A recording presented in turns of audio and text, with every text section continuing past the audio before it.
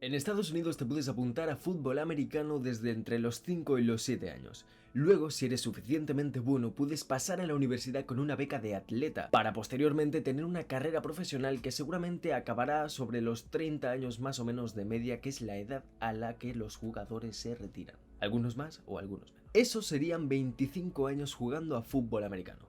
Son 25 años de golpes en la cabeza. Y esto es muy chungo, porque somos humanos. Porque, por ejemplo, el pájaro carpintero envuelve su propio cerebro con su lengua para amortiguar todos esos impactos al picotear contra los árboles. Las cabras pueden volver a respirar su propio aire para aumentar la cantidad de CO2 en sangre e inflar toda su estructura vascular alrededor del cerebro un poquito, creando un efecto de papel de burbujas alrededor del mismo y protegiéndolo.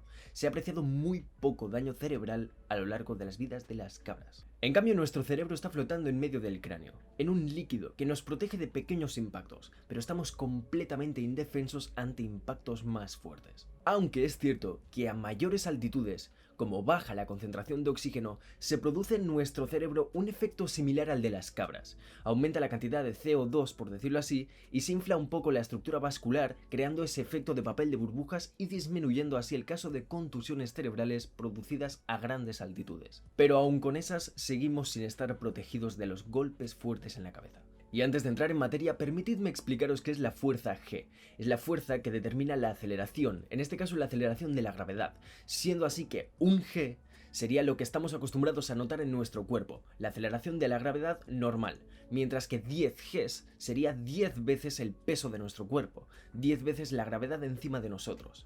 Esto nos es muy útil porque tenemos datos de que a partir de los 70 o 100 Gs se producen contusiones cerebrales, que implican que el cerebro se mueve violentamente dentro del cráneo, ya sea a los lados o en un movimiento de torsión.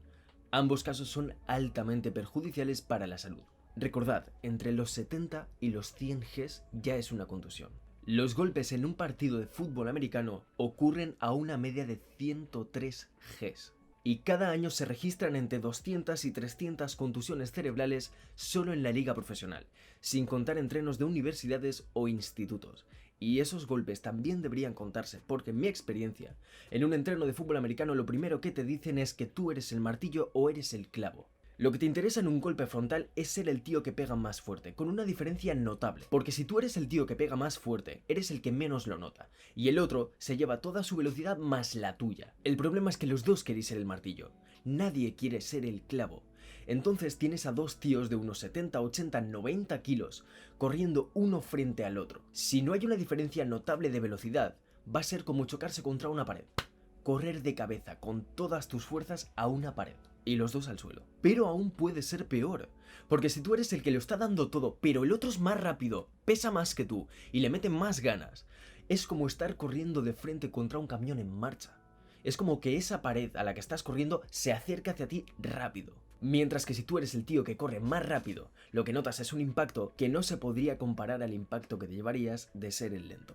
Todos estos golpes pueden producir contusiones cerebrales que a corto plazo se manifestarían en forma de dolores de cabeza, mareos, pérdida del conocimiento, náuseas, cosas que se pasan en un momento, pero que dejan secuelas a largo plazo muchísimo más graves. Estamos hablando de que a largo plazo puedes acabar desarrollando CTE, que es encefalopatía traumática crónica.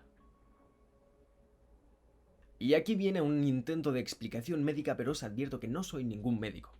Si tenéis alguna forma de complementarla o de añadir información o de corregirme, ponedlo en comentarios y el que más cosas añada lo fijaré.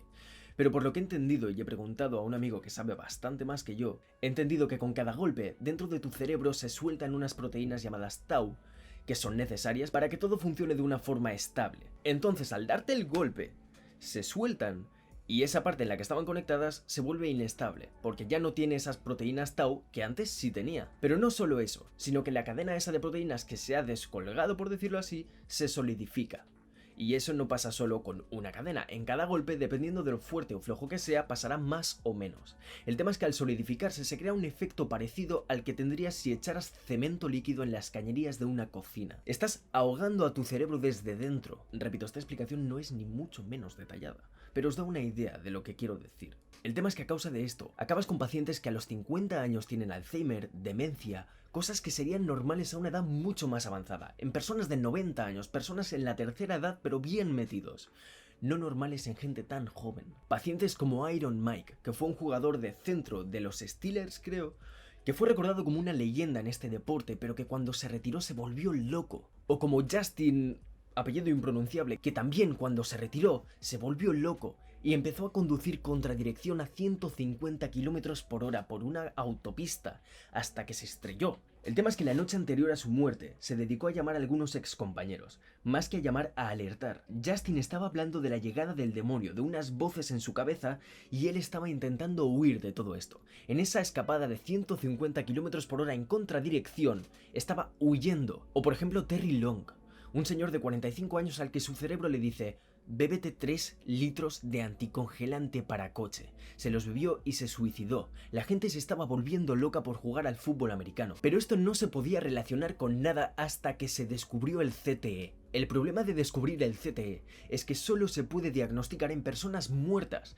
No sale ni en un TAC ni en ninguna otra prueba que se pueda hacer en vida, porque la única prueba que lo revela es laminar el cerebro a capas muy finas y examinarlas una a una al microscopio. Como podéis ver en esta foto, el CTE sería la consecuencia de esos tejidos marrones dañados en las partes del cerebro. Entended que las partes color carne rosita son las partes sanas y las partes marrón oscuro son esas proteínas que se fueron soltando y solidificando a lo largo de los golpes de su vida. Así que tenemos un problema: el CTE solo se puede diagnosticar cuando ya es muy tarde para ello. La única forma de detectarlo en vida sería recurrir a esos indicios que lo han causado en los pacientes ya muertos. Si llevas una vida de golpes en la cabeza, ya seas militar, atleta o boxeador, se pueden dar indicios de esta enfermedad aunque no estés muerto. Porque si notas que estás escuchando voces, perdiendo la capacidad de hablar, todas esas cosas a una edad muy temprana, seguramente lo que tengas es daño cerebral. Lo malo es que no hay tratamiento. Hay fármacos para intentar apaciguar un poco los síntomas en tu cabeza, pero no hay recuperación posible. Y todo esto lo descubrió el Dr. Bennet Omalu,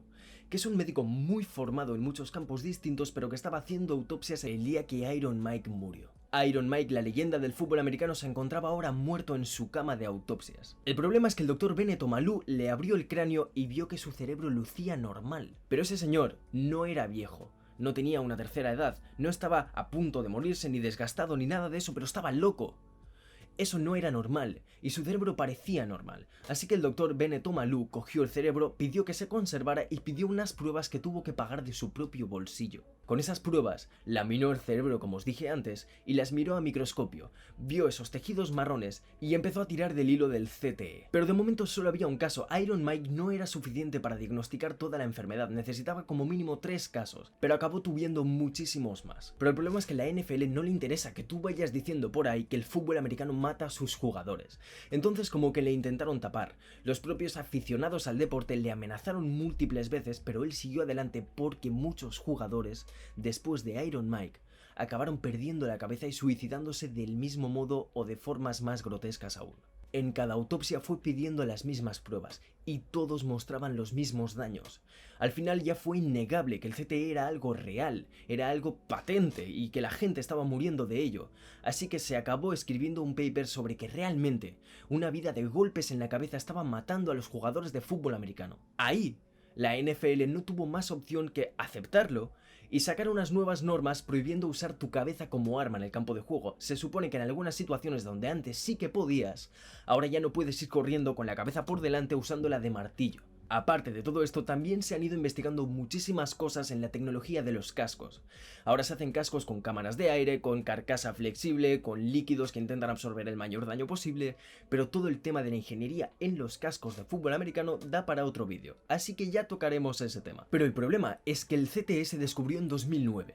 Todas esas normas llevan vigentes bastantes años, pero en 2017 la doctora Ann Key hizo pruebas en exjugadores de fútbol americano de entre los 20 y pocos y los 80 y muchos, jugadores que murieron porque, repito, esta prueba no se puede hacer en vida.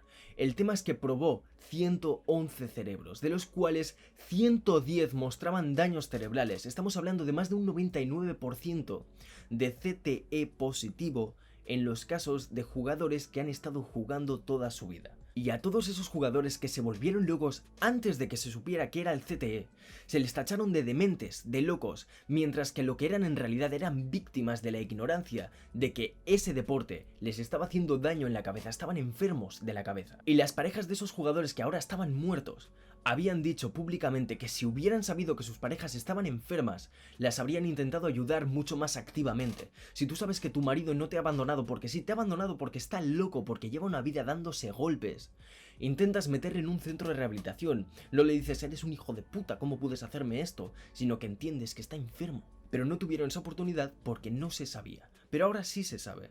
Otros ejemplos, fuera del fútbol americano, serían por ejemplo Mohamed Ali, ya que al CTE, antes de saber que era el CTE, se le llamaba fiebre pugilística o algo así, porque a los boxeadores, después de una vida de meterse puñetazos en la cabeza, también acaban muy tocados, acaban sin la capacidad de hilar palabras, hablar fluidamente. Mohamed Ali empezó teniendo una labia, una carisma impresionante, pero acabó, por ejemplo, en el vídeo de la antorcha olímpica con Parkinson temblando, que da pena verlo. Da pena ver lo que llegó a ser y lo que acabó siendo. Todo esto tiene muchos opositores. El CTE de alguna forma nos está diciendo que todos los deportes en los que se den golpes, esos deportes de contacto, todos deberían llevar casco. Pero la gente no lo quiere por la espectacularidad. Porque no puedes meterle casco a todo, porque la gente va a dejar de verlo, porque va a dejar de ser tan guay. Al doctor Benneto Malul le amenazaron un montón. ¿Por qué? Pues porque estaba yendo en contra de la afición. La gente le llamaba y le decía que estaba intentando hacer de su deporte espectacular y elegante. Un deporte para débiles, un deporte para niñas, tonterías de esas. Pero el tema es que no. Pero el tema es que es necesario, el tema es que el deporte estaba matando a los jugadores. Y bueno, hasta aquí os dejo esta píldora de información. Espero que os haya gustado este vídeo. Nos vemos en el próximo. Que tengáis un buen verano y chao. Para acabar este vídeo quería decir que yo entiendo que el fútbol americano es un deporte muy bonito, en cierto modo, elegante. Hay como un sentimiento de hermandad entre los equipos, entre cada uno, luego entre equipo y equipo. Pero realmente la pregunta es, ¿vale la pena? Quiero decir, piensa que en cada cabezazo estás como echando papeletas en la urna de quedarte loco, en la urna de desarrollar Alzheimer, en la urna de que de repente las cosas dejen de encajar. Y mi pregunta es, ¿quién vas a ser cuando las cosas dejen de encajar? Sí, has vivido una vida muy apasionante. Y si tú tomas conscientemente la decisión de que te vale la pena, de que, oye, prefiero vivir así que vivir de otro modo, y aunque muera habré muerto haciendo lo que me gusta, eso es muy respetable. Pero solo quiero que se plantee seriamente el hecho de si vale la pena, porque te estás jugando literalmente todo, porque sin tu cerebro no eres nadie. Así que ahora con este mensaje tan dramático, ahora sí que lo dejamos. Chao.